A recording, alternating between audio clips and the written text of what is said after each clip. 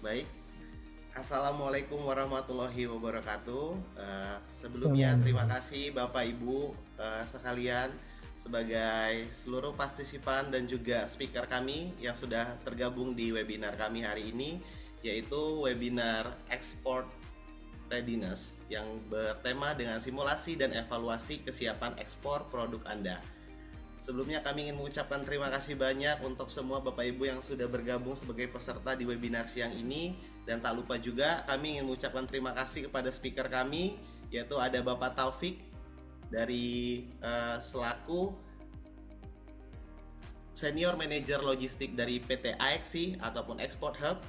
Dan juga ada Bapak Hendy Hendrat Moko selaku Ketua Penggerak Komunitas OKOC Rumah Ekspor 37.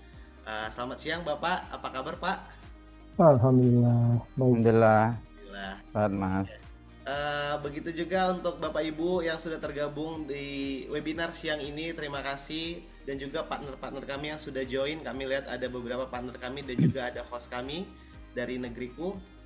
Perkenalkan, izinkan saya memperkenalkan diri, saya Angga Januarisdo dari tim DMI Expo selaku Marketing Communication dari DMI Expo. Eh, Kami berharap hari ini, webinar ini bisa memberikan informasi ataupun sebagai platform untuk Bapak Ibu bisa mengetahui informasi ataupun edukasi dari speaker kami mengenai ekspor impor bagi Bapak Ibu selaku pelaku bisnis UMKM. Dan juga kami tentunya tujuan dari webinar ini kami berharap peserta dari webinar dapat melakukan evaluasi terhadap kesiapan ekspor produk dan bisnisnya sendiri. Dan juga kami berharap peserta dapat mengetahui tahapan dan simulasi dalam melakukan ekspor. Dan peserta dapat mendapatkan wawasan praktis dari studi kasus ekspor. Baiklah, Bapak Ibu, tanpa berlama-lama kami ingin mempersilahkan Bapak Taufik terlebih dahulu. Bapak Taufik sudah siap, Pak? Sudah siap, terima kasih Mas. Oke, baik. Kami serahkan langsung ke Bapak Taufik. Oke, terima kasih. Assalamualaikum warahmatullahi wabarakatuh. Selamat siang menjelang sore, Bapak Ibu semua, Mas Angga, Pak Hendy, dan semua tim dari DMI Expo. Perkenalkan, nama saya Taufik Arisandi. Di sini mewakili ekosistem daripada Export Hub dari PT Andalan Ekspor Indonesia atau kami sebut sebagai PT AXI. Nah, di mana dedikasi kami di PT AXI atau Export Hub itu sebagai pendamping dari UMKM, ya. Jadi tugas kami adalah melakukan pendampingan terhadap UMKM. Goalnya adalah supaya bisa ekspor. Jadi walaupun memang ada UKM yang memang tidak bisa ekspor, itu kami juga bantu untuk bisa go lokal, ya. Jadi bisa diterima di pasar lokal. Tapi kalau misalkan memang dari sisi barangnya sendiri memang sudah lolos kurasi untuk ekspor, maka kami bantu untuk bisa mempertemukan dengan buyer-buyer di luar negeri. Baik, Mas Angga, saya mohon izin share screen ya, langsung saja.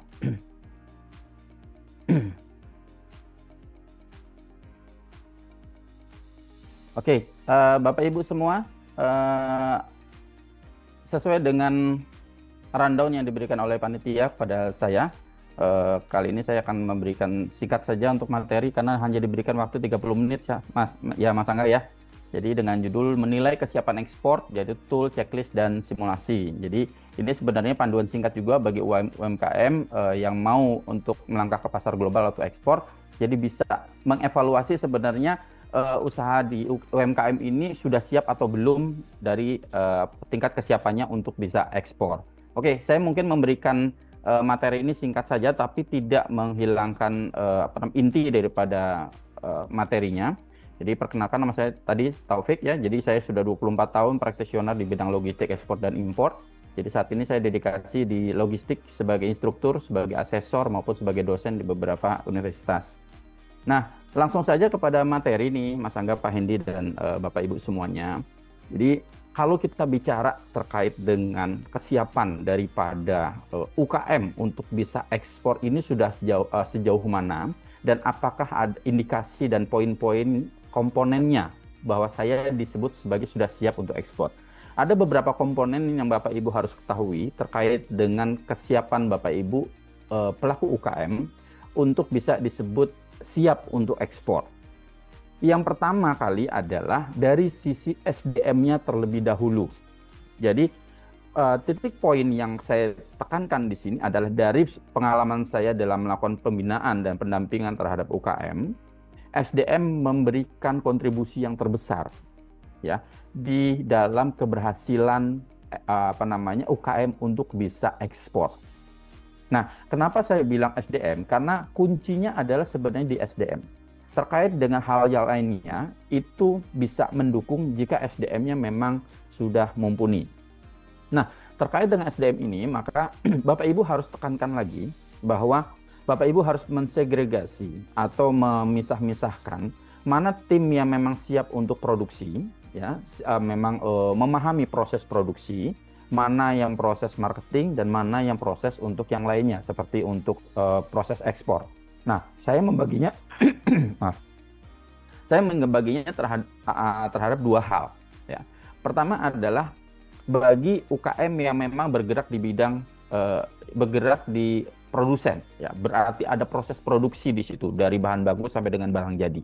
Itu tidak boleh digabungkan dengan komponen yang lainnya. Kenapa? Karena dia biar fokus di dalamnya. Tapi banyak dari UKM yang memang saya lihat adalah seluruhnya menjadi CEO, Chief Everything Officer. Jadi segala macam ditangani dari proses produksi, dari proses pemasaran, dari proses segala macam itu memang ditangani. Nah, bagi Bapak Ibu yang memang ingin meningkatkan ya, kapasitasnya sebagai UKM yang sudah siap ekspor, berarti sudah harus siap mendelegasikan kepada timnya yang lain. Tidak bisa tidak. Kenapa? Karena kalau misalkan Bapak Ibu memang sebagai the real CEO, Executive Officer, bukan everything ya, eksekutif, berarti Bapak Ibu harus bisa membagi tim Bapak Ibu. Ya. Harus bisa membagi tim Bapak Ibu mana yang bagian produksi, mana yang bagian marketing, mana yang bagian pemasaran, ya, mana yang bagian yang lainnya. Oke. Berarti tim Bapak Ibu harus memahami keseluruhan proses, prosedur maupun dokumen-dokumen di setiap bidangnya. Jadi tidak tumpang tindih. Kenapa? Karena kita bicaranya adalah export readiness. Ya, bukan SMI lagi, bukan UKM lagi, tetapi tahapannya. Makanya saya ini memisahkan antara UKM yang memang belum siap ekspor dengan UKM yang sudah siap ekspor. Kalau Bapak Ibu sudah berani memindahkan bucketnya dari UKM biasa yang sudah memproduksi di level lokal, lalu ingin naik kelas menjadi UKM siap ekspor, maka mau nggak mau harus sudah mempunyai SDM yang mumpuni. Harus sudah bisa memiliki SDM yang memang paham di bidangnya. Produksi ya produksi saja, jangan digabungkan dengan yang lainnya. Kalau misalkan memang ada ilmu yang lainnya, ya monggo, tapi hanya sekedar pengetahuan saja. Tetapi dalam in term of day-to-day-nya, activity-nya, itu harus dipisahkan. Oke? Karena itu tidak bisa dijalankan secara bersamaan. Beda kalau misalkan sebagai pimpinannya, otomatis secara proses keseluruhannya harus mengerti, tetapi dalam proses pengerjaannya harus diserahkan kepada timnya masing-masing. Itu yang pertama. Nah, itu yang sering kali saya lihat kelemahan dari UKM itu seperti itu. Seluruhnya dikerjakan sendiri.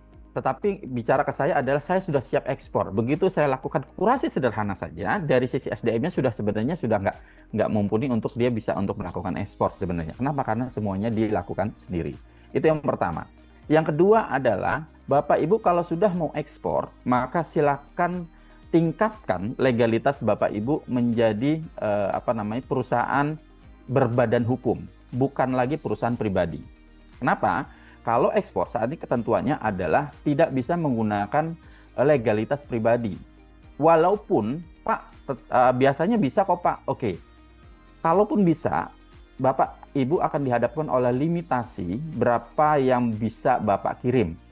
Oke. Jadi ini sebenarnya lebih kepada prakteknya di lapangan seperti itu. Jadi kita langsung masuk kepada simulasi. Oke. Kalau Bapak Ibu memang sudah punya legalitas pribadi, bisa untuk ekspor. Tetapi kita tidak bisa bicara ekspor dalam jumlah yang besar. Karena begitu satu kontainer Bapak Ibu harus dihadapkan oleh legalitas dan dokumen yang berbadan hukum. Jadi tingkatkan legalitasnya dari dari legalitas pribadi menjadi PT pribadi menjadi PT berbadan hukum. Berarti harus ada akte pendirian perusahaan, ya, harus ada NIB-nya, Oke, dan harus sudah diaktifkan untuk nomor induk kepabeanannya nih Bapak Ibu ya. Banyak sekali UKM yang hanya punya NPWP dan NIB, tetapi saya lihat NIB-nya itu berbeda dengan usahanya. Nah, itu Bapak Ibu juga harus jeli juga di sana. Jangan menyerahkan, oh kan Pak saya sudah serahkan itu kepada pihak ketiga, kepada biro jasa. Tapi Bapak Ibu tidak menjelaskan bahwa bidang saya adalah ini. Berarti KBLI yang diambil untuk NIB tersebut tidak sinkron dengan apa kegiatan yang Bapak jalankan. Sehingga pada saat Bapak Ibu diminta untuk menyerahkan sertifikat standarnya, itu berbeda dengan apa yang kegiatan yang dilakukan. Nah, itu juga Bapak Ibu harus ketahui. Oke, jadi syaratnya wajib untuk legalitas dan dokumen usaha. Terutama memang Bapak Ibu yang mau ekspor, maka harus mengaktifkan nomor induk kepabeanan. Mau nggak mau, suka nggak suka. Ya. Karena memang itu persyaratannya. Oke? Karena nanti Bapak Ibu akan berlaku sebagai eksportir langsung. Ya. Berarti ekspornya nanti menggunakan nama perusahaan Bapak Ibu sendiri. Tidak menggunakan nama orang lain yang kita sebut sebagai undername. Kalau undername itu Bapak Ibu punya barang, tetapi yang melakukan ekspornya adalah PT lain atau perusahaan lain yang kita bayar, ya. Ya, karena dia punya izin ekspornya, maka kita serahkan kepada mereka untuk dilakukan pengiriman. Itu yang kedua. Yang ketiga, kalau kita bicara terkait dengan produk, oke, tadi SDM sudah nih, lalu legalitas badan usaha Ibu sudah. Kita bicara lagi kepada produk. Nah, produk inilah yang harus Bapak Ibu siapkan supaya bisa memenuhi standar sertifikasi internasional. Ya. Kenapa? Karena Bapak Ibu mau ekspor nih. Berarti apa? Berarti syarat daripada ketentuan standar yang harus diserahkan kepada negara itu harus berlaku, ya. Baik di negara asal maupun negara tujuan. Oke. Pak, saya kalau ekspor nggak ada masalah, Pak. Fine-fine aja tanpa sertifikat standar. Iya, betul. Tetapi untuk negara-negara tertentu, kita bicara untuk negara non-tradisional. Kalau non-tradisional, iya, mungkin standar-standar internasional tidak dikenakan atau tidak di-provide atau tidak diminta. Tetapi Bapak Ibu begitu masuk ke dalam negara tradisional seperti Amerika dan Eropa yang memiliki standar tersendiri, maka Bapak Ibu harus sudah siap untuk itu. Gitu ya. Jadi jangan dianggap bahwa saya sudah pernah ekspor Pak, begitu saya tanya kemana, ternyata ke negara-negara Afrika, ke negara-negara berkembang lainnya gitu, yang tidak mewajibkan sertifikat standar. Tapi begitu dia masukkan ke Eropa, ke Amerika, nah di sanalah terlalu banyak persyaratan standarnya yang diminta. Misalkan harus punya HACCP gitu ya, sedangkan Bapak hanya punya izin BPOM biasa misalkan itu, atau PIRT begitu ya, yang sifatnya adalah lokal Indonesia berlakunya, tidak berlaku secara internasional. Jadi kalau memang Bapak Ibu produknya masih menggunakan sertifikat standar lokal Indonesia, maka harus ditingkatkan yang lebih tinggi lagi yang berstandar internasional. Seperti apa? Salah satunya seperti HACCP, ISO dan sebagainya, tergantung dari komoditinya. Nanti akan saya jelaskan sedikit terkait dengan sertifikatnya. Lalu yang terakhir adalah daya saing. Nah, daya saing ini Bapak Ibu selain tadi standar sudah, SDM sudah, legalitas sudah, maka harganya harus kompetitif. Berarti Bapak Ibu harus coba untuk melakukan riset sederhana. Oke, baik bisa risetnya melalui buyer di sana, atau searching melalui trademap.org ya, atau yang lainnya begitu kan, yang memiliki harga yang kompetitif, termasuk juga tidak menghilangkan kualitas produk, keunikan, kemasan, kapasitas dan lainnya, supaya mampu bersaing di pasar global. Oke. Nah, yang berikutnya adalah kalau tadi Bapak Ibu komponen ekspornya, kesiapan ekspor sudah siap, maka Bapak Ibu membutuhkan tool untuk kesiapan ekspornya. Ada 3 tool yang bisa Bapak Ibu lakukan, yaitu pertama adalah dengan alat bantu melalui International Trade Center, melalui intracen.org. Fungsinya apa? Fungsinya untuk menilai kesiapan perusahaan Bapak Ibu dalam 5 aspek. Ya, baik itu produk, baik itu manajemen, pasar, produksi ataupun logistiknya. Nanti akan bisa menggunakan alat bantu di sana di ITC Export Readiness Assessment. Oke. Yang kedua, Bapak Ibu bisa menggunakan Center for Promotion Import ya untuk export coaching tools-nya. Ya, jadi dia akan berfungsi sebagai self assessment untuk kesiapan ekspor Bapak Ibu ke Eropa. Ya, kalau sekarang lebih kepada ke Belanda ya. Jadi sumber dayanya pelatihan nanti dari Belanda untuk eksportir dan negara berkembang. Websitenya kemana Pak? Ke www.cbi.eu. Oke, itu Bapak bisa cek di sana. Oke, yang ketiga adalah Kemendak. Dengan kerjasama dengan Kemendak, nanti Bapak Ibu bisa menggunakan situs djpen.kemendak.go.id. Nanti Bapak Ibu cari Export Coaching Program. Ya, nanti Bapak Ibu silakan melakukan penilaian mandiri terhadap kesiapan ekspornya. Oke, nanti juga akan dibantu oleh pihak Kemendak kalau untuk dari Digipen untuk mengikuti ekspor coaching programnya. Kalau misalkan Bapak Ibu kesulitan untuk masuk aksesnya ke ITC maupun CBI, Bapak Ibu bisa mulainya dari Kemendak terlebih dahulu. Ya, nanti bisa bertahap naik ke ITC maupun ke CBI. Oke, nah yang berikutnya adalah Bapak Ibu harus melakukan checklist terhadap kesiapan Bapak Ibu sendiri. Ya, tadi sebenarnya sudah saya singgung tadi di awal ya, tapi saya ini lagi. Pertama ada legalitas usaha tadi ya, kelengkapan NIB, SIUP, NPWP dan sertifikasi produk itu is must. Jadi harus mau nggak mau suka nggak suka harus itu ya. Kalau Bapak Ibu mau ekspor. Jadi memang harus dikencengin nih. Kalau untuk saya kalau dengan UKM itu agak kenceng gitu. Kenapa? Karena bawaannya adalah, Pak saya sudah cukup segini aja. Nah kebanyakan adalah UKM yang saya temui begitu. Secara produk dia memang siap untuk ekspor. Secara produk memang bagus diterima di pasar. Tetapi dia tidak punya willingness untuk meningkatkan produksinya. Nah itu juga yang menjadi masalah. Yang kedua adalah standar mutu. Nah standar mutu ini juga pastikan produk memenuhi standar negara tujuan. Misal saya di akhir bulan ini akan melakukan ekspor keripik tempe ke Jerman. Nah secara otomatis standar yang saya kirimkan ke Jerman itu harus sudah HACCP dan FSSC 22.000. Berarti sudah tersertifikasi food safety. Itu sudah saya prepare sebelumnya sebelum saya mendapatkan buyer di Jerman. Berarti sertifikasi ini itu harus saya lakukan di awal Bapak Ibu. Sebelum Bapak Ibu mencari buyer atau mendapatkan buyer. Kenapa itu perlu? Karena yang namanya pembeli Bapak Ibu nggak bisa pilih. Oke, pada saat Bapak Ibu ikut pameran Trade Expo Indonesia berharap mendapatkan pembeli, tetapi pembeli ini adalah Trade Expo Indonesia itu datang dari seluruh belahan dunia, baik Eropa, Amerika maupun negara berkembang yang lainnya. Berarti secara otomatis kalau misalkan Bapak Ibu kedatangan tamu dari Eropa dan Amerika, mereka mewajibkan itu, maka Bapak Ibu sudah siap sebelumnya. Oke, jadi dari ada UKM di Jakarta yang memang dia memproduksi keripik tempe, dari tempenya sendiri dia produksi sendiri ya, kecuali kedelainya dia beli dari sini lokal ya, walaupun itu barang import. Oke, dia buat sendiri tempenya, dari tempe itu diproduksi menjadi keripik, dilengkapi dengan HACCP dan FSSC ya, itu standarnya sudah langsung masuk ke dalam pasar global. Lalu kapasitas produksi, nah ini juga penting juga Bapak Ibu ya.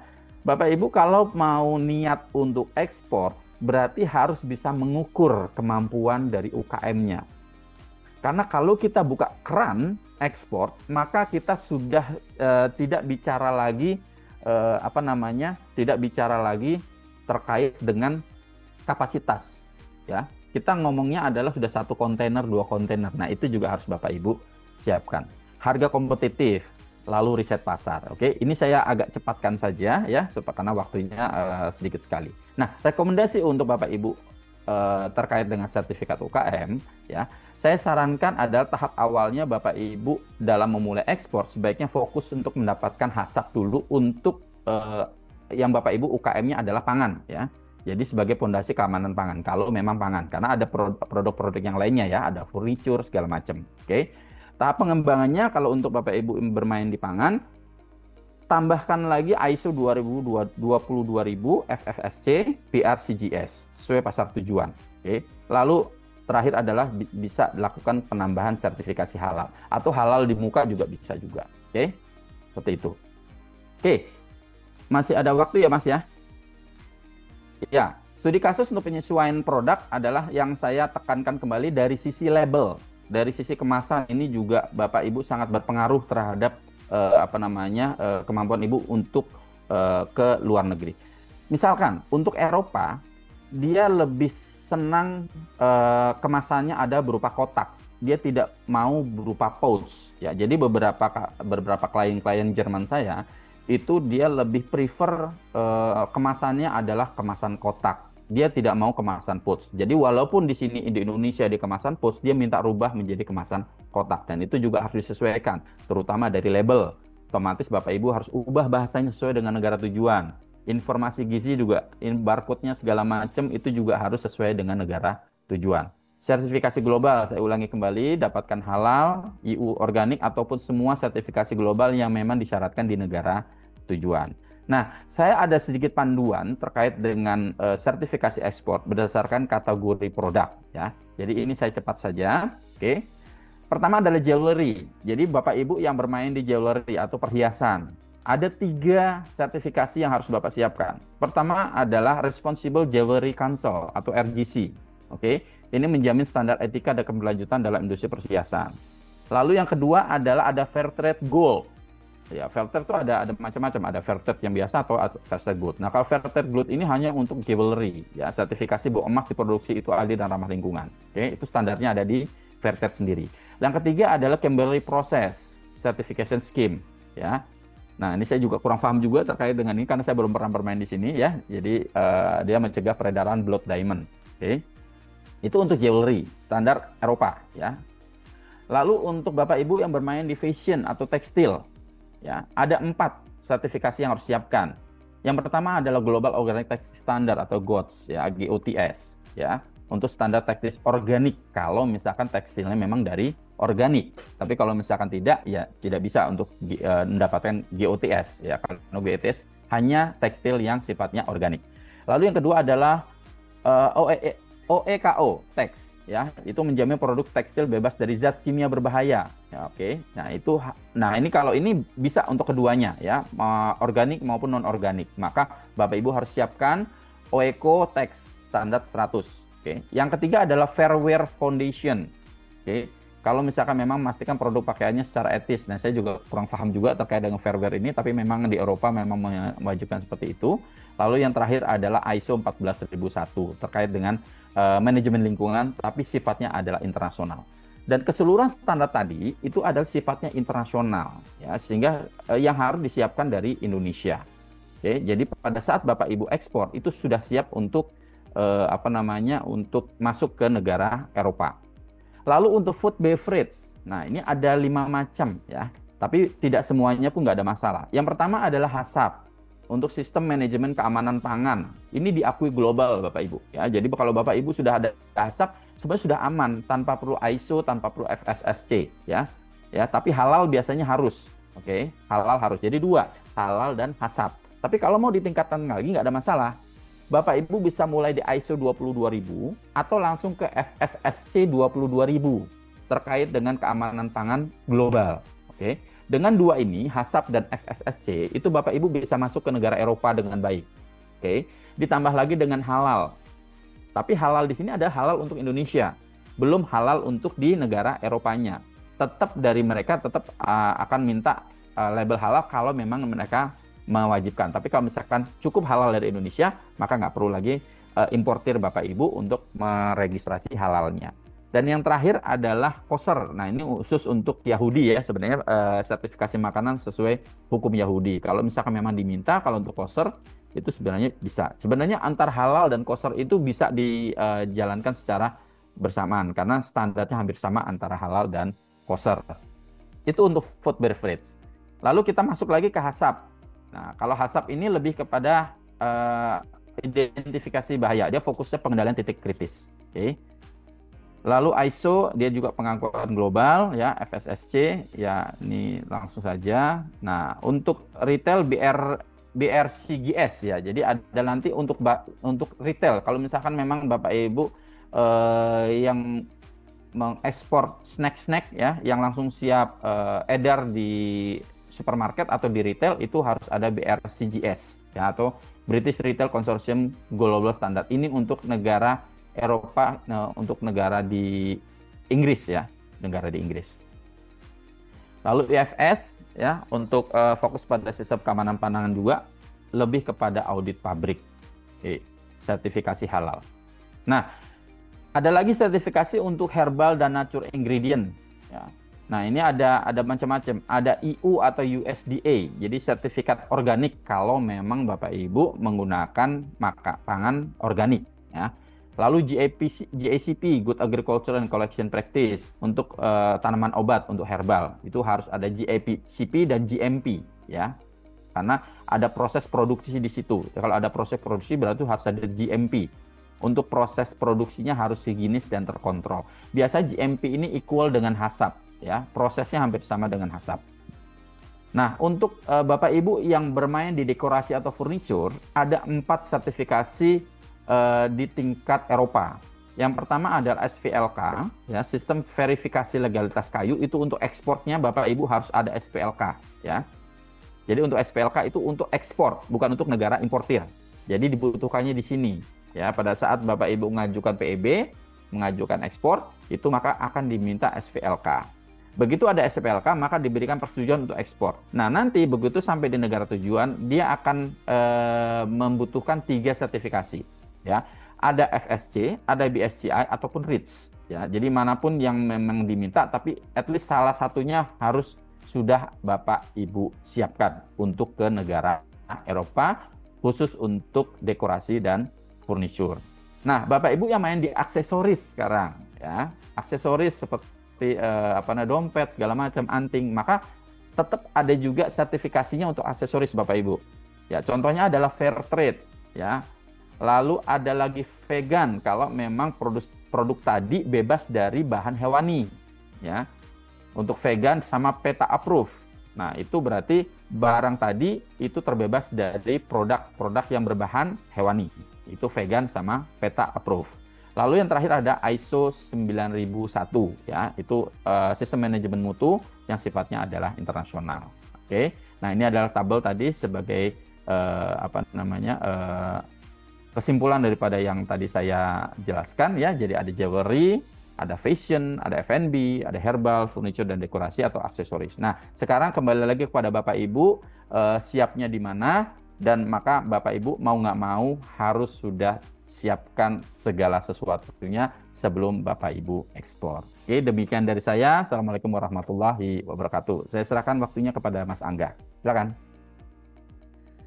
Wah, luar biasa sekali Pak. Banyak sekali informasi yang bisa didapatkan ya tadi dari paparannya dari Pak Taufik. Kalau boleh saya merangkum tadi, ada beberapa juga yang saya catat. Dari Pak Taufik itu ada beberapa komponen yang harus Bapak Ibu selaku pelaku UMKM yang harus diketahui dalam kesiapan untuk ekspor. Yang pertama tadi ada SDM-nya yang harus memiliki tim sesuai bidang masing-masing dan juga meningkatkan legalitas perusahaan berbadan hukum. Dan juga harus mengaktifkan nomor induk kepabeaan dan juga meningkatkan sertifikasi standar dari sertifikasi standar nasional menjadi standar internasional seperti halal, HACCP, ISO dan sebagainya, dan juga mampu bersaing di pasar global melalui kesiapan produk itu sendiri di pasar yang dituju. Nah, untuk tools export readiness, Bapak Ibu juga bisa mengaksesnya itu melalui ITC, CBI dan juga Kemendak. Dan ada beberapa checklist praktis kesiapan ekspor yang harus Bapak Ibu perhatikan. Yang pertama dari legalitas usaha seperti NIB, SIUT, NPWP dan juga sertifikasi produk. Dan ada standar mutu juga yang harus memenuhi standar negara tujuan. Ada kapasitas produk yang harus dijaga konsistensinya dan juga kecukupannya sesuai permintaan. Dan juga ada harga yang kompetitif dan riset pasar. Dan tadi juga Pak Taufik ada menjelaskan banyak sekali sertifikasi yang harus dipersiapkan sesuai kategori produk Bapak Ibu. Tadi Pak Taufik juga ada menjelaskan sertifikasi yang dibutuhkan seperti dari F&B, jewelry, furniture, aksesoris, dan lain-lain. Dan juga ada sertifikasi standar internasional yang harus diperhatikan. Sepertinya Pak Taufik butuh waktu lebih panjang lagi untuk menjelaskan paparan tadi ya Pak ya. Nanti mungkin kita bisa betul, kasih Pak, betul. khusus untuk Pak Taufik. Karena waktunya memang sangat singkat sekali, sedangkan sebenarnya penjelasannya agak panjang gitu ya. Iya, nggak apa-apa Pak. Nanti mungkin Bapak Ibu jika ada yang masih kurang jelas atau mungkin tadi ada yang terlewat dari paparan dari Pak Taufik, Bapak Ibu kami beri kesempatan untuk memberikan pertanyaan untuk narasumber kami Pak Taufik di akhir dari webinar ini. Nanti kita akan membacakan beberapa pertanyaan untuk Pak Taufik, tapi Bapak Ibu bisa memberikan pertanyaan di kolom komentar, nanti akan kami bacakan satu persatu. Kami mungkin akan batasin maksimal ada 3 pertanyaan kali ya Pak ya. Nanti kami akan tampung 3 pertanyaan dari Bapak Ibu untuk Pak Taufik. Oke, mungkin seperti dulu Pak Taufik, terima kasih banyak untuk informasinya, sangat Ya, membantu dan sama-sama Mas. sangat mengedukasi Pak. Selanjutnya kami akan ke Pak Hendy. Pak Hendy sudah siap Pak? Iya, saya izin share screen ya. Oke, kami persilakan waktu dan tempatnya Pak Hendy. Iya, terima kasih Bangga.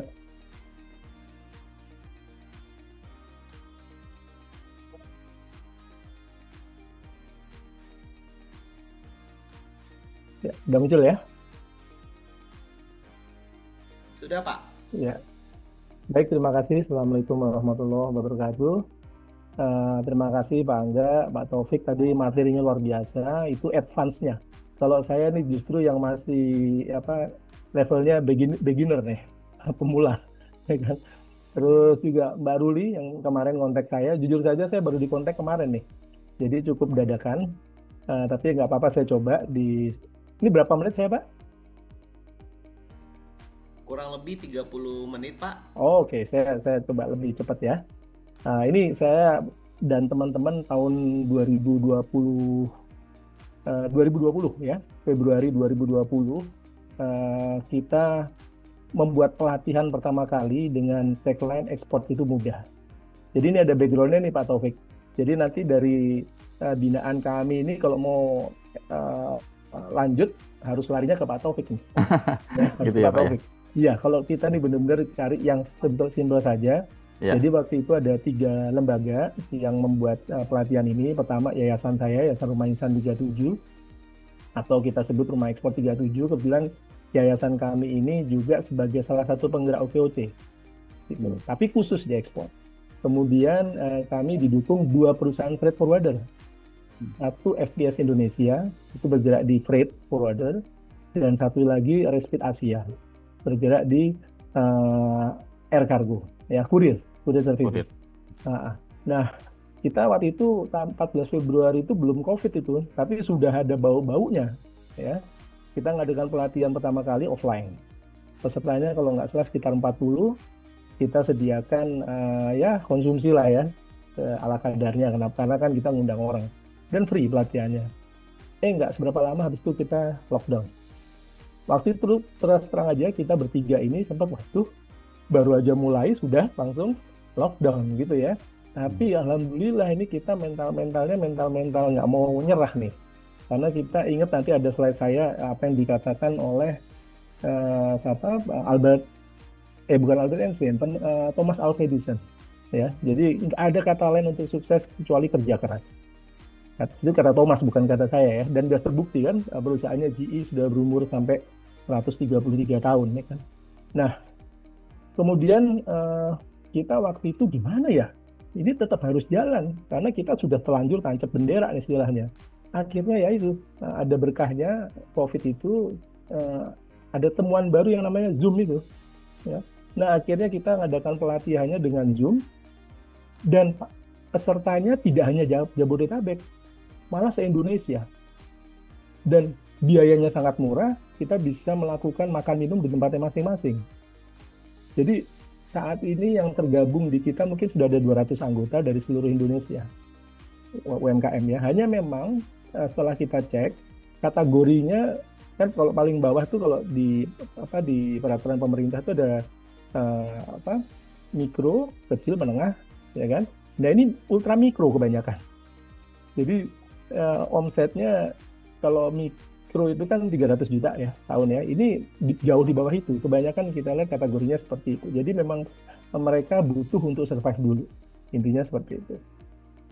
Nah, terus kita adakan pelatihan sampai sekarang ini masih kita adakan pelatihan dan pendampingan. Dan kita bekerja sama tidak hanya dengan pihak-pihak yang sudah berjalan, tapi terus kita mengembangkan kerjasama dengan salah satunya iBlooming, ya, pembelajaran online. Ini background saya, jadi saya juga dosen di program Pascasarjana di Quick Young School of Business, tapi saya juga konsultan. Karena gini Pak, kalau saya ngajar sebagai dosen, sementara mahasiswa saya itu 99% itu pebisnis secara turunan.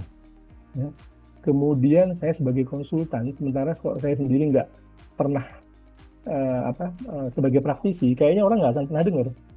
Jadi ya saya mau nggak mau tetap harus ada kegiatan usaha, salah satunya di karate ini yang di SKG. Saya bangun dari nol, dari tidak ada sampai berkembang. Jadi paling enggak itu bisa saya ceritakan ke ke para peserta ya. Jadi namanya bisnis itu nggak serta merta langsung seperti balik kepala telapak tangan. Kita butuh waktu, butuh kesabaran, butuh konsentrasi segala macam lah. Ini media sosial saya. Nanti saya share materinya ini. Nah, ini ada Jeff Bezos, founder dari Amazon.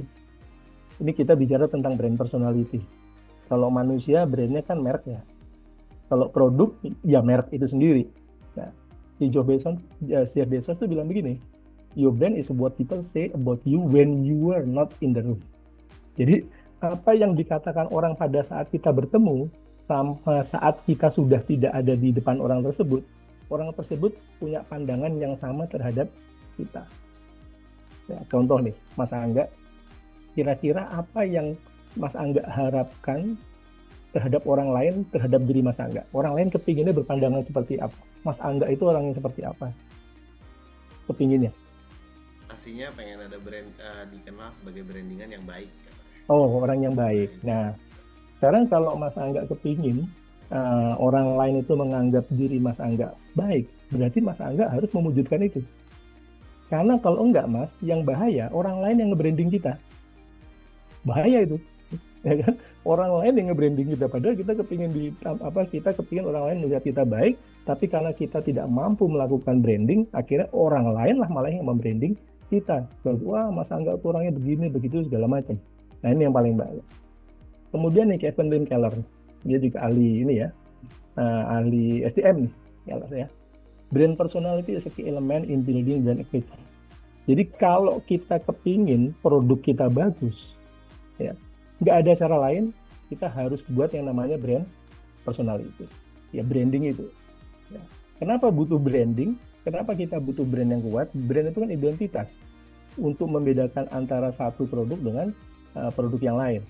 Nah, kenapa kita pilih ekspor itu mudah? Itu juga ada sejarahnya. Karena kalau kita hanya sekedar pakai tagline yang biasa-biasa, nggak ada keunikan. Makanya kita coba cari sesuatu yang unik, ya, yang different, agar orang lain itu paling nggak ngelirik dulu lah ke kita. Gitu. Dan saat itu memang kita lihat yang banyak itu pelatihan tentang import. Kalau di media sosial saat itu ya, tahun 2019 segala macam. Import itu mudah, import itu begini segala macam. Sementara kalau kita lihat pelatihan ekspor, itu juga kita lihat teman-teman UMKM kasihan, ya, ikut pelatihan ekspor, ikutnya berhari-hari, dikasih pelajaran yang cukup detail, sehingga pada saat dia keluar dari kelas itu, yang terjadi malah demotivasi. Dia bingung, aduh, begini ya, berarti mau ekspor itu susah ya, harus nyiapin ini itu segala macam. Nah, makanya kita buat pelatihan ekspor itu mudah. Nanti akan saya jelaskan, untuk bisa ekspor cukup butuh 3 perkara. Nah, ini Michael Tracy ya, bicara tentang value proposition yang baru saya sampaikan. Jadi kalau produk kita itu ingin survive bahkan terus berkembang, ya mau nggak mau memang harus ada sesuatu yang berbeda dari produk kita.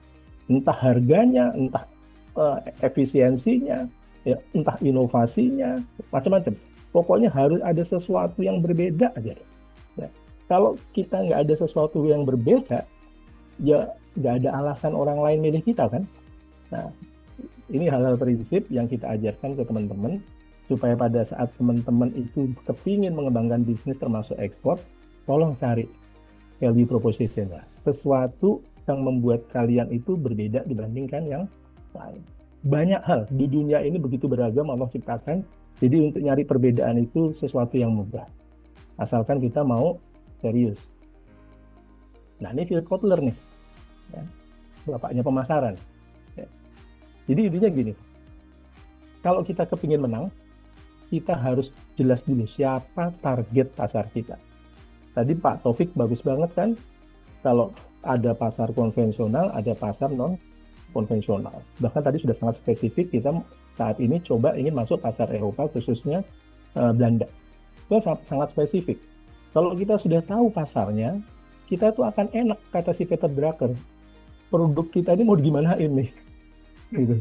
Ya, tapi kalau target pasarnya belum jelas, lah gimana nih produk ini mau dibuat seperti apa? Ya, karena kita nggak tahu siapa yang mau kita tawarin ini produk. Jadi saran kami harus tahu dulu siapa target pasar kita. Nah, caranya dari mana? Salah satunya, kalau kita punya produk, kita masuk aja ke Google Trends. Dari situ nanti kita bisa kelihatan tuh, negara mana yang kira-kira ada demand. Ya, ada demand di situ. Oh, ternyata dari sekian banyak, ada yang dekat, ada yang agak jauh, ada yang jauh banget. Nah, kembali lagi ke kita. Kalau yang jauh, berarti ada kendala mungkin di ongkos logistik, segala macam. Kalau yang negaranya agak maju atau nggak maju seperti Amerika, berarti regulasi yang harus kita penuhi itu pun juga akan semakin banyak. Karena kalau kita mau ekspor, itu sebenarnya mudah. Yang membuat kita harus menyiapkan ini, itu segala macam kan sebenarnya importer ya Pak Taufik ya. Betul, Pak. Jadi negara yang nanti akan kita tuju, bukan kita. Mereka yang persyaratkan harus begini, harus begini, harus begini. Dan setiap negara nggak sama. Setiap negara itu nggak sama.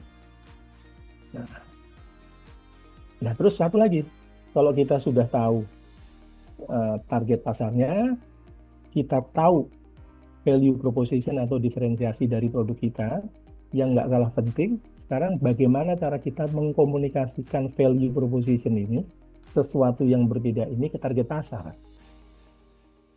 Jadi kalau target pasarnya sudah benar, produk diferensiasinya sudah benar, tapi channel pemasaran yang kita gunakan salah, percuma. Ini kata Harvard Business Review, ya bukan kata saya, ya percuma, nggak akan efektif, bahkan juga tidak akan efisien. Tapi juga sama, target pasarnya bagus, channelnya yang digunakan juga target pasarnya ada jelas, channel yang digunakan juga tepat, tapi nggak ada value proposition, juga percuma. Jadi ini segitiga ini benar-benar harus diperhatikan, siapa target pasarnya, apa keunikan produk kita, dan bagaimana cara kita mengkomunikasikan keunikan produk ini kepada target pasar itu. Nah, ini tadi saya bilang Thomas L. Edison ini, ya, SD dikeluarin, ya, karena dia tidak bisa mengikuti pelajarannya, tapi mamanya bilang, kamu sudah terlampau pintar, Thomas, kamu nggak perlu sekolah lagi. Ya, itu ceritanya panjang. Kalau mau tahu ceritanya nanti bisa googling atau bisa kita ketemuan, ya. Tapi menarik. Nah, ini beberapa UMKM yang telah berhasil ekspor dari binaan kita ya. Sebenarnya banyak lagi. Ini hanya ini. Dan ini semuanya B2C, ya, bukan B2B. Jadi pada saat COVID waktu itu, justru yang tren itu kita ekspor makanan jadi, Pak. Terutama ke Singapura dan Malaysia. Ya, jadi kita mamanya masak di sini kan, anak-anaknya lagi sekolah nih di Singapura segala macam. Karena COVID kan mereka nggak bisa ketemu. Akhirnya cara melepas serindunya, si mamanya tuh ngirim makanan matang ke anaknya yang ada di Singapura atau di Malaysia. Contoh kalau di Singapura kita masak jam 7 pagi, 7 jam kemudian sudah sampai di anaknya. Ya, tinggal packagingnya yang benar tanpa harus diawetin. Dan itu laku keras. Kalau di Jakarta tuh di kawasan Sunter, Kelapa Gading itu laku keras. Itu selama COVID itu. Ya, jadi COVID itu ada orang yang tenggelam, tapi juga justru ada orang yang mendapatkan istilahnya bisnis luar biasa karena dia jeli melihat pasar. Ya, itu ya. Jadi ini kayak Pak Emir nih. Pak Emir Saleh sekarang dia salah satu bisnisnya nasi jamblang dan cukup terkenal. Di Jakarta maksudnya jarang lah ya bisnis nasi jamblang itu. Jahe merah sasetan bisa diekspor. Ya. Tapi kemana? Tentunya bukan B2B. Yang kita sasar adalah B2C. Langsung ke direct consumer. Dari mana kita dapat? Kita bisa mainkan namanya Google Maps. Pakai Google Maps itu kita bisa langsung menjangkau konsumer. Ya, dan kita langsung bisa komunikasi. Jadi kalau kepingin tahu siapa target pasar pakai Google Trends, kemudian kalau kita kepingin mendapatkan langsung konsumernya, kita menggunakan namanya Google Maps. Dan kalau kita kepingin tahu nih, misalnya saya jualan jahe merah nih, atau enggak jahe di sini sasetan. Di Singapura harganya berapa ya? Kita tinggal buka netbook kita di Singapura, tolong liatin di marketplace di sana. Karena kan kita nggak bisa masuk marketplace di Singapura nih. Jadi netbook kita yang ada di sana, tolong dong diintipin jahe merah di sana sasetan tuh harganya berapa sih dijual? Oh segini ya sudah. Berarti kita di sini tinggal ngitung ongkos produksi sama ongkos kirim. Ya setelah itu kita tambahkan profit yang kita inginkan. Tapi saran kita jangan banting-bantingan. Misalnya di Singapura ternyata harga satu saset 50.000, ya jangan terus kita jual 20.000 karena memang sudah profit, jangan. Kita jual di bawahnya sedikit. Gitu. Nah, ini saya bicara agak makro. Jadi neraca perdagangan kita, ya, ini data pemerintah, ya, surplus. Jadi X itu kan ekspor ya, M itu impor. X kita jauh lebih besar dibanding impor. Ini datanya dari Bu Sri Mulyani, ya. Jadi berturut-turut kita surplus. Ini kan persamaan sederhana. Kalau di sebelah kirinya plus, ya, otomatis yang di sebelah kanannya ini harus ada yang minus hasilnya supaya balance, ya. Makanya sekarang pemerintah di Astacitanya itu terutama poin 3, kemudian poin 5 dan poin 6, ya, itu digenjot banget. Fokus tuh, ya, di UMKM, kewirausahaan, segala macam ya, digenjot. Karena government expenditure-nya digedein, investment-nya digedein, ya. Jadi ini sebenarnya peluang nih buat kita nih, buat teman-teman UMKM. Mumpung nih neraca perdagangannya seperti ini. Dan pemerintah ternyata juga sejalan. Ya karena mereka orang pinter kan, dia tahu. Sebenarnya kan kita pengen tahu ya, bagaimana perekonomian itu bisa bergerak, cukup menggunakan rumus ini aja. Rumus yang sangat sederhana. Ya, oh ekspor lagi naik, ya udah, saya harus investasi. Government harus expand. Untuk apa? Jangan untuk hal-hal yang bisa dikorupsi, ya, tapi untuk hal-hal yang bisa menggerakkan ekonomi. Gitu. Nah ini peluang-peluangnya, ya. Belum banyak pelaku usaha yang melakukan kegiatan ekspor, terutama dari sektor UMKM, ya. Terus regulasi jauh lebih mudah dibandingkan kita impor. Hanya masalahnya kalau impor, teman-teman juga harus tahu regulasinya tuh ada di negara tujuan, bukan di kita. Mereka yang punya regulasinya. Makanya setiap negara yang mau kita tuju, regulasinya belum tentu sama. Terus market masih blue ocean, ya. Kita jual jahe merah nggak akan banting-bantingan seperti kita jualan di Jakarta, ya. Kemudian kita tuh UMKM kita tuh luar biasa, produknya tuh sangat beragam, ya, variatif banget, dan itu sebenarnya kan peluang, ya, untuk dipasarkan. Nah, tinggal tadi siapa targetnya, bagaimana mengkomunikasikan keunikan kita itu, ya. Ini kekuatannya kita sudah bisa survive mandiri, UMKM itu nggak cengeng.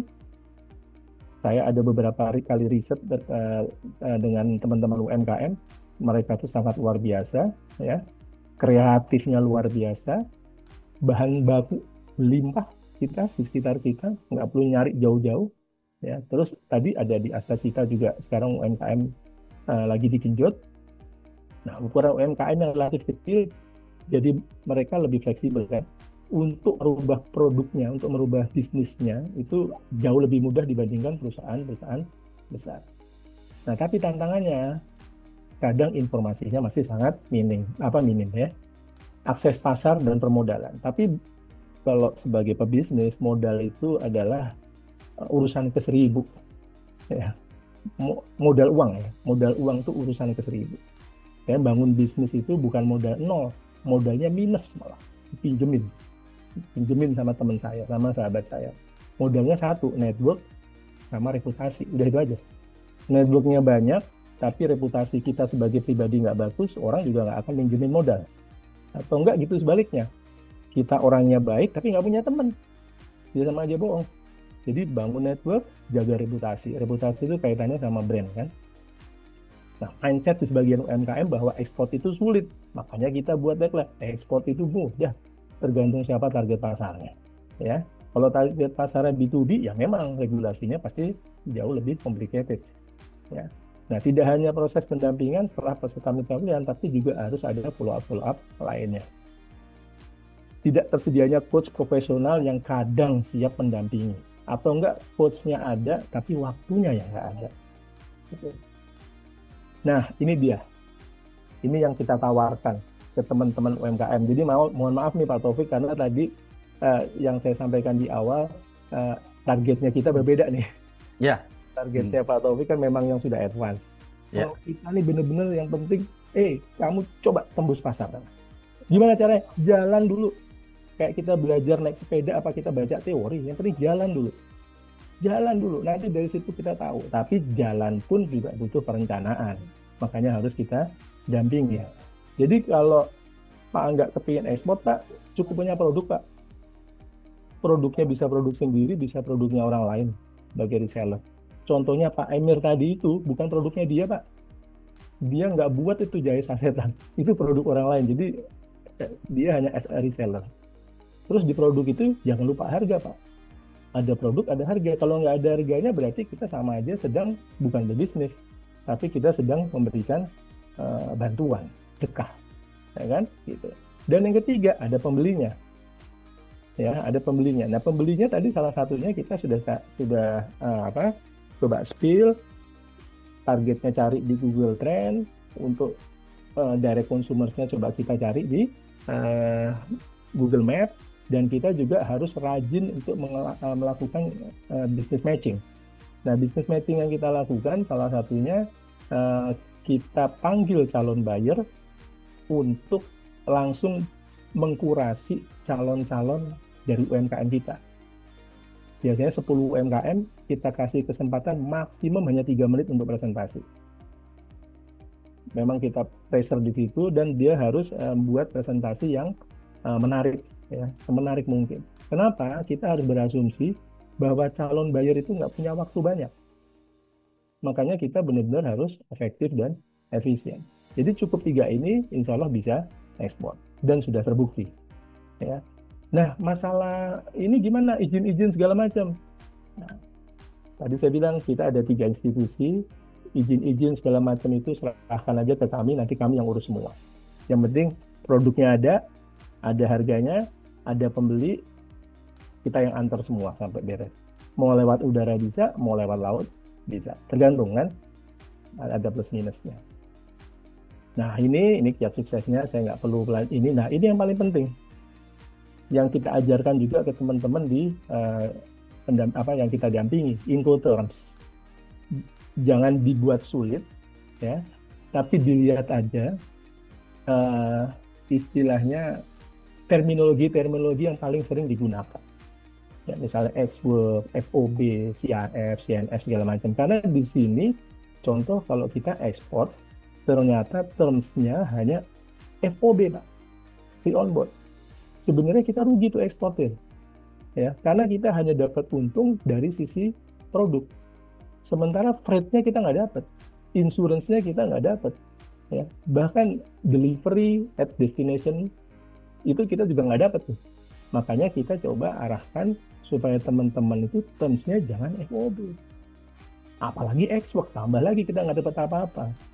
Ya, tapi kita usahakan terms-nya minimal kalau bisa. Ya, CNF atau CIF. Minimal.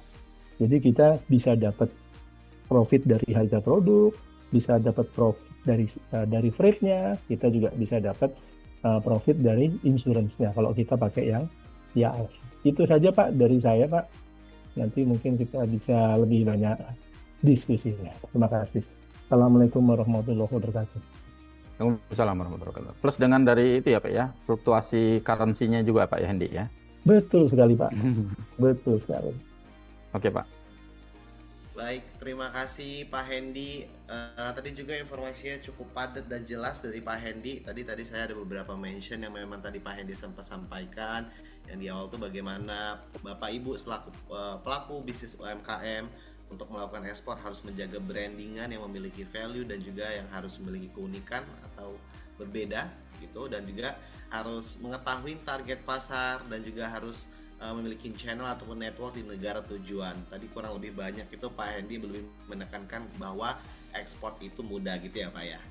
Jadi hashtag ekspor itu mudah.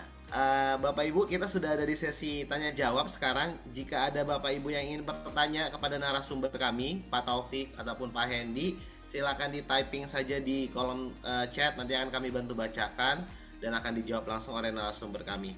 Ini ada pertanyaan yang sudah ditanyakan oleh Ibu Ayesah. Tadi sudah dijawab juga oleh Pak Taufik, tapi mungkin izin saya bacakan ulang ya Pak ya, dan mungkin boleh dijawab langsung juga. Jadi peserta yang lain mungkin bisa mengetahui informasi tersebut. Pertanyaannya, sebagai penghubung UKM dan buyer, jika produsen UMKM belum mampu untuk mengurus sertifikasi semua yang disebutkan oleh Pak Taufik tadi, lalu saya yang urus, dan jika ada case tersebut, sertifikasi ini menjadi salah satu kepemilikan PT atau UKM-nya, bagaimana bentuk kerjasamanya? Boleh mungkin dijelaskan Pak Taufik? Oke, terima kasih Mas Angga. Tadi sudah saya sempat dijawab juga ya di kolom chat, tapi saya ulangi kembali. Jadi intinya kalau Bu Aisyah ini sebagai tradernya ya, atau perantaranya ya, bukan sebagai produsen. Oke. Nah, kalau misalkan memang sebagai perantara, maka sebenarnya perizinan itu intinya harus disiapkan oleh pihak produsennya. Dalam hal ini adalah UKM-nya. Tetapi kalau misalkan memang si UKM itu tidak mampu untuk memprovide sertifikasinya, Bu Aisyah pun juga bisa sebenarnya membantu UKM untuk melakukan sertifikasi yang menjadi milik Bu Aisyah. Tapi tentunya dengan sistemnya adalah sistem maklon, Ibu. Gitu ya. Jadi seakan-akan adalah si produsen ini adalah tim produksinya dari perusahaan Bapak Ibu. Oke. Jadi bukan dipisah. Kan? Jadi UKM itu hanya di level produsen, ya, di level produsennya, ya. Lalu Bapak Ibu silakan ajukan untuk proses sertifikasinya, ya. Itu yang pertama. Yang kedua, tentunya harus ada kerjasama, ya, harus ada MOU-nya antara Bu Aisyah dengan si UKM-nya, ya. Tetapi UKM ini tidak berdiri sendiri, dia dianggap sebagai produsen dari PT Ibu sendiri, gitu. Ya, jadi masih satu tim. Yang kedua, kalau misalkan itu tidak memungkinkan, ya, misalkan ini PT-nya udah kadung besar nih si UKM-nya, gitu kan, dia punya pasar sendiri, dia punya ini sendirilah, kebijakan sendiri yang tidak bisa seperti itu. Maka Bapak Ibu bisa kerjasama dengan sistem maklon. Oke. Kalau misalkan dengan sistem maklon, maka sertifikasinya itu jadi milik Ibu, si maklonnya. Tetapi ada persyaratan yang memang tidak bisa di-provide oleh Ibu sendiri. Contoh misalkan izin pabriknya, karena kan pabriknya bukan punya Ibu, ya kan? Tapi tetap bisa diikat dengan kerjasama atau MOU dan ditingkatkan dengan NDA, Non-Disclosure Agreement, gitu ya. Jadi benar-benar eksklusif produk itu diberikan kepada Ibu sebagai pemegang mereknya. Secara otomatis sertifikasinya menuju kepada si pemegang merek. Tetapi kalau untuk izin standarnya seperti pabriknya segala macam, yaitu ya si maklonnya otomatis diikat dengan kerjasama. Demikian. Baik, kalau sudah jelas mungkin Ibu Aisyah boleh raise hand. Oke, pertanyaan selanjutnya nanti menunggu tanggapan dari Ibu Aisyah. Ada Pak Hardianto yang sudah raise hand. Ini mau open mic atau gimana Pak? Atau mungkin bisa typing saja Pak? Oke, ini coba saya bacakan ya Pak. Ini Pak Hardianto sudah typing. Saya ada calon buyer dari Jepang. Buyer sudah setuju di harga FOB $305 per ton. Padahal modal saya dari si pengepul barang FOB-nya $300. Bagaimana caranya agar saya bisa memperoleh profit $5 per ton, sebab bayarnya mau datang dan bertemu dengan si pengepul. Itu gimana Pak? Oke, ke siapa? Ke saya atau Pak Hendy? Boleh, mungkin ada versi Pak Hendy juga, nanti boleh dibantu ditambahkan. Oke, baik. Ya, ini berarti kita masuk ke harga ya Pak ya, harga ekspor ya. Kalau harga ekspor tadi sudah disepakati untuk buyer sudah setuju di harga FOB 305 per ton gitu ya. Berarti kan harga $305 per ton itu kan Bapak Hardianto sendiri yang mengajukan, benar nggak? Berarti Bapak Hardi sudah punya hitungannya. ya, baik itu hitungan harga ex-works-nya sendiri, ya, harga ex-works itu adalah HPP ditambah profit, oke, ditambah kemasan, oke. Plus karena FOB berarti harus ada biaya local charges di Indonesia dari gudang Pak Hardianto sampai dengan pelabuhan keberangkatan yang disepakati di mana, misalkan di Tanjung Priuk. Berarti local charge itu sudah masuk ke dalam komponen 305 ini, Pak, gitu. Nah, terkait dengan modal Bapak yang 300, nah, ini seharusnya jangan digabungkan keseluruhan, Pak, untuk harganya. Jadi, di dalam komponen FOB itu sebenarnya ada 3 komponen, Pak. Pertama adalah komponen HPP, harga pokok produksi, yang ini harus balik modal dulu, break even harus masuk. Plus dengan profit, ya. Jadi semua kos-kos itu semua masuk ke HPP aja, Pak. Mau kemasan, perizinan segala macam masuk semua ke HPP. Saya anggapnya seperti itu. Oke, walaupun pada prakteknya kadang dipisah. Oke. Yang penting adalah seluruh kos daripada pengadaan produk tadi harus sudah masuk. Itu yang pertama. Yang kedua, yang namanya Bapak jual kan Bapak ingin untung. Berarti harus Bapak setting untuk ke profit yang diharapkan berapa. Nah, dari dua ini, HPP dan profit, itu yang saya sebut sebagai ex-works. Gitu. Nah, yang ketiga adalah local charges dari gudang, karena FOB ya, dari gudang sampai dengan pelabuhan Tanjung Priuk. Ya, misalkan begitu. Berarti Bapak harus hitung itu seluruh cost-nya.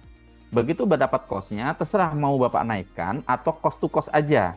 Ya, tapi saran saya sih dinaikkan supaya apa? Inline dengan yang tadi Pak Hendy, dari sisi barangnya kita sudah dapat profit, dari sisi local charges kita juga dapat gitu loh. Plus kalau misalkan dalam dolar kita dapat lagi keuntungan fluktuasi harga dolar gitu. Nah, itulah harga jual FOB Bapak. Nah, saya nggak tahu Pak Hardianto ini menentukan harga 305 itu bagaimana gitu kan. Apakah keseluruhan cost-nya itu 305 ya kan? Ataukah memang 305 itu sudah ada keuntungan gitu loh. Nah, kalau dari bacanya tadi, padahal modal saya dari pengepul barang adalah FOB, berarti HPP Bapak 300, gitu kan? Nah, secara otomatis kalau Bapak mau meningkatkan profit, ya, berarti Bapak cost-nya harus diturunkan, Pak. Mau nggak mau. Kenapa? Karena Bapak udah ucap kata FOB 305 per ton ke buyer. Kalau Bapak rubah itu, Bapak dianggap sebagai supplier yang tidak konsisten. Gitu. Berarti hati-hati sekali para UKM untuk menentukan harga jual, Pak. Kalau saya baca dari chat Bapak, berarti 300 US dollar per ton itu adalah modal Bapak. Berarti antara HPP, local charges, ya, sama currency-nya itu Bapak gabungkan menjadi cost. Lalu Bapak tambahkan 5 dolar sebagai keuntungan. Nah, ini kurang tepat, Pak, kalau seperti itu. Sebaiknya untuk harga ex-works itu Bapak harus sudah siapkan dulu. Harga ex-works itu adalah harga jual di lokal. Jadi kalau misalkan Bapak punya toko, Bapak jual itu misalkan 10.000 per kilo, ya sudah berarti customer datang, beli, serahkan uangnya 10.000, Bapak serahkan barangnya selesai. Itu ex-works. Nah, di dalam ex-works itu sudah ada HPP plus profit. Itu ex-works. Karena FOB maka ditambah lagi dengan local charges dari pihak forwarder. Nah, local charges itu bisa Bapak markup atau bisa cost to cost, tapi sebaiknya markup. Sedikit aja supaya ada tambahan profitnya plus dari fluktuasi dolarnya. Jadi ambil dolar yang tinggi sehingga pada saat dolar rendah itu Bapak ada keuntungan. Jadi Bapak dapat keuntungan 3 dari harga ex-works-nya, local charges-nya sama currency-nya. Demikian Pak Hardianto. Ya, terima kasih Pak. Dari Pak Hendy mungkin ada yang mau ditambahkan, Pak? Dari Pak Taufik sudah lengkap sekali tuh. Jadi ya intinya tadi Pak Hardi, Bapak 305 FOB itu, dolar FOB itu kewajiban Bapak itu sampai di ini loh Pak, di on board loh, sampai naik di atas kapal tuh Pak. Harga Bapak tuh. Jadi yakinkan bahwa kos-kos Bapak itu sudah mengcover itu semua tuh tadi seperti yang disampaikan Pak Taufik. Harga barangnya, local charges-nya segala macam. Gitu. Itu aja. Oke. Maaf Pak Hendy, saya boleh bertanya sedikit Pak? Iya, silakan Pak. Pak Hendy mau numpang tanya sedikit, maaf Pak. Jadi Hmm. begini Pak, itu si pengepul barang kan dia kan ngambil dari para petani Pak, itunya barang-barang yang mau diekspornya, ya kan? Hmm. Nah itu dia bilang sama saya 300 gitu. Nah saya pikir saya kan bilang FOB on mother vessel. Berarti kan si Jepangnya maunya di atas mother vessel ya Pak ya, di atas kapal Betul, besar ya Pak. betul, Betul, FOB memang di atas kapal, Pak. betul. Harga sampai di atas Oh, jadi kapal. dia bilang Hmm. sekali tarik katanya bisa 10.000 atau 20.000 ton gitu loh Pak. Dia bilang sekali tarik. Hmm. Nah, Iya, jadi berarti artinya si yang punya barang para pengepul itu Hmm. harus membawa barang di atas kapal gitu Pak ya, mother vessel, betul, bukan kontainer betul, Pak. Pak. Iya, dia akan curah ya. Hmm. Ya, Iya, jadi biaya tracking segala macam itu harus dari pengepul ya Pak, semuanya Pak. Ya pokoknya harga itu kalau tuh sudah tanggung jawab tuh sampai di atas kapal gitu. Iya, iya, iya. Bukan, soalnya kan Eh, saya kan hanya mediator. Nah, berarti Mediator. kan saya bilang sama si pengepul, Pak, oke harga 300. Tapi Bapak harus sampai mother vessel ya, Pak, gitu. Jadi kan Betul, saya mungkin ada betul, untungnya 5 begitu loh, Pak. betul oh sekali, kalau betul. Soalnya ya, kan 5 itu saya mau berbagi lagi sama teman-teman saya kan kita cari infonya ada 5 orang mau berbagi gitu loh, Pak. Iya, betul. Ini Jadi maaf harus Pak Hendy, itu kalau misalnya Pak, dia kan datang Pak ke pengepul, nanti ditanya-tanya modalnya berapa? 300. Nah kan ketahuan Pak kalau kita ada ambil komisi $5. Bagaimana ya caranya Pak ya? Nah, berarti Bapak harus ada kesepakatan dulu dengan mengepul, Pak. Ya kan? Oh Karena gitu kan ya? siapa tahu si buyernya itu langsung pingin lihat itu barang. Biasanya kan begitu. Ya kan? Iya, Ini apa justru tadi itu. batu bara Dia ya? kan pengen lihat, dia pengen datang. Nanti dia mau nanya modalnya berapa nih? 300. Nah kan ketahuan kita ada untung $5 Iya, dinaikin.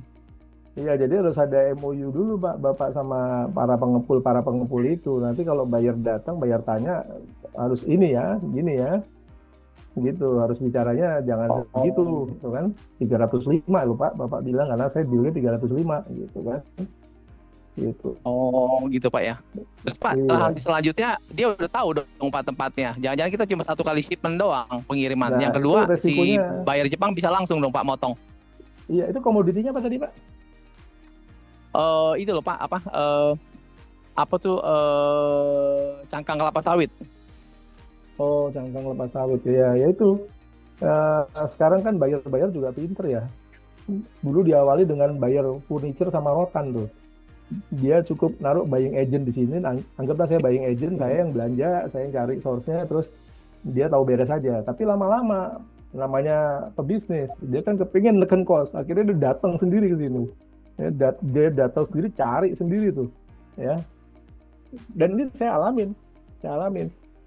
Akhirnya ya mau nggak mau karena kita kan nggak mungkin dong mencegah si buyer untuk kepingin lihat langsung barangnya segala macam ya kita harus Iya, soalnya di yakinkan Kalimantan, si. Pak. Saya kan di Jakarta. Itu kan barang di Kalimantan. Ya kan dia bisa terbang sendiri, Pak, besok-besok. Nah, iya, jadi yang diperkuat adalah agreement antara bapak sama pengepul-pengepul.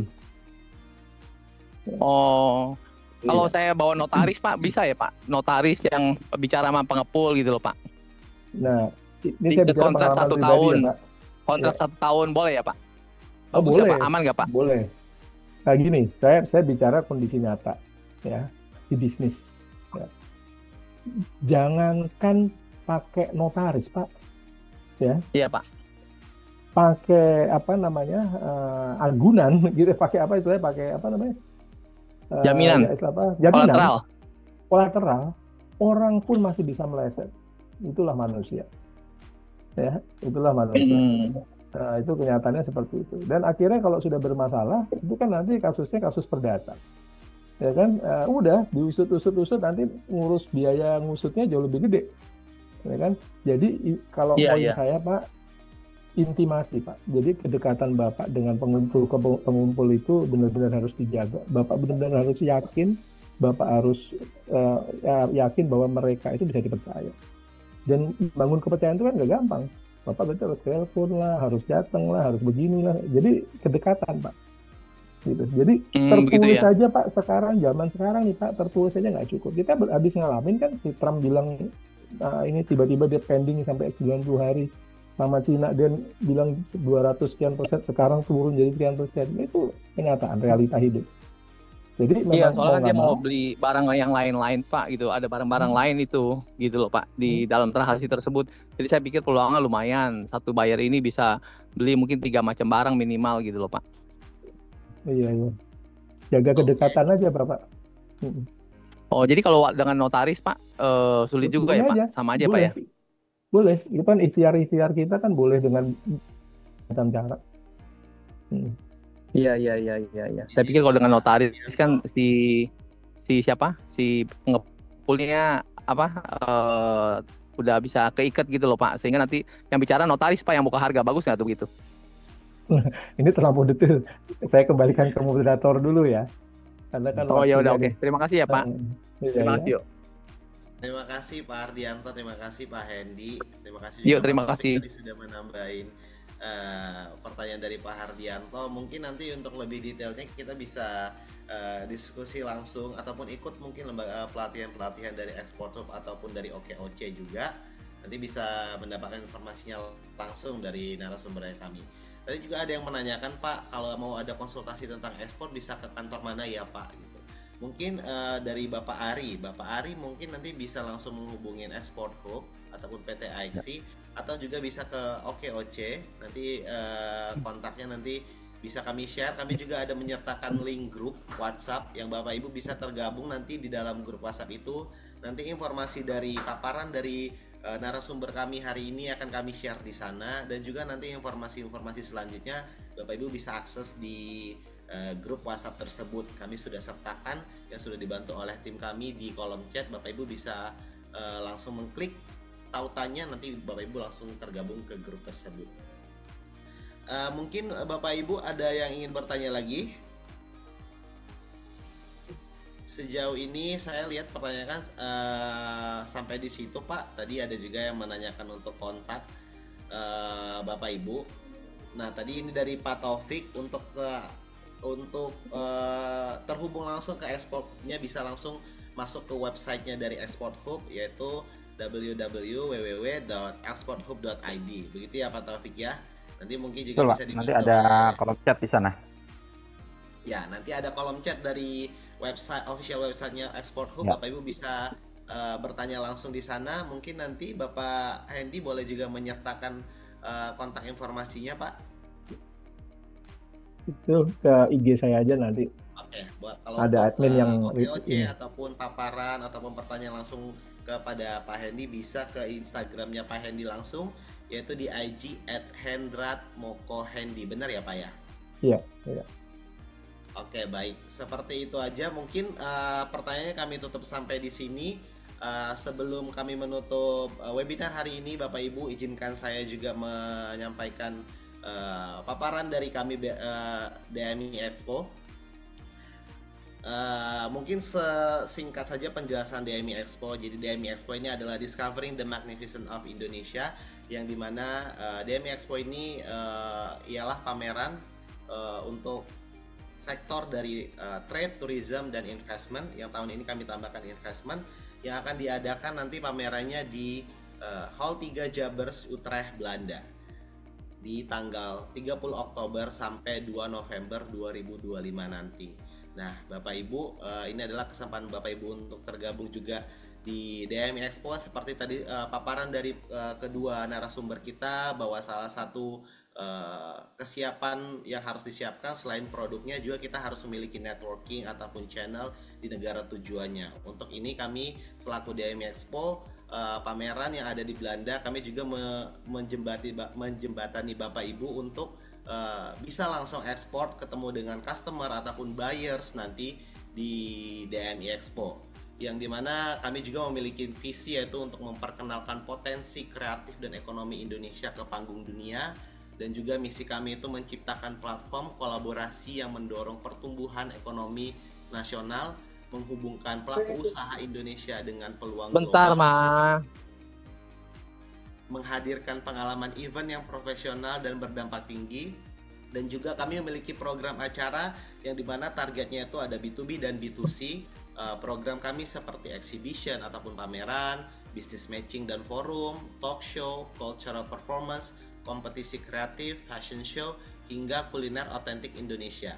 Dan Bapak Ibu, kalau Bapak Ibu ingin tergabung ke DMI Expo, kebetulan kita lagi ada special promo 20% sampai nanti di akhir Juni 2025. Nanti Bapak Ibu bisa bergabung langsung ataupun bisa menghubungin kontak kami DMI Expo yang sudah disertakan oleh tim kami di kolom chat.